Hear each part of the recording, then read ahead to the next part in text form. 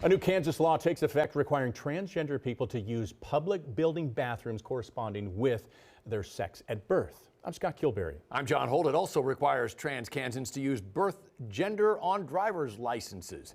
Fox 4's Lexi French live outside the driver's license office in Mission tonight. Lexi, the Department of Revenue sent a letter to affected Kansans today. Yeah, John, they did, and that letter was letting transgender Kansans know that there was no grace period included in this law, and that also meant that anybody who was affected by this, their government credentials, like driver's license, were immediately invalid as this took effect earlier today. There's so many hypothetical situations about, like, what if I get pulled over on my way to the DMV?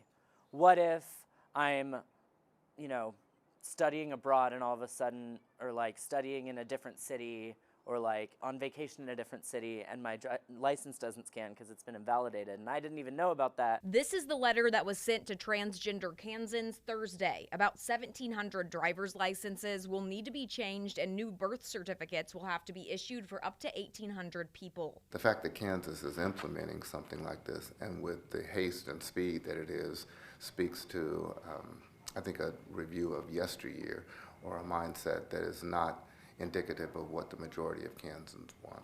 State Representative Susan Humphreys talked with Fox 4 last week about the bathroom portion of the law, saying everyone's views on this topic are important. That includes women who don't feel safe in restrooms with men. So, we have to look at everybody's safety interests, what their concerns and cares are. Jay Moyer, a local LGBTQ+ activist, wants to see Kansas lawmakers focus on other topics. To just simply stop pushing these culture war issues. They're not the bread and butter that's going to keep a roof over everyday Kansans' head and keep food on their table. They could choose to spend their time and our taxpayer dollars focusing on that, and instead what are they doing? Playing political war games with marginalized communities. It's not right. And ideally, they would stop. Moyer wants to send this message to Kansans impacted by the law. They need to understand that this isn't the end. There are people who are here to support them and that are advocating for them every step of the way. In a statement to Fox 4 earlier today, a spokesperson with the State Department of Revenue said that the state legislature did not appropriate any additional funding to cover the cost of reissuing these government documents. John.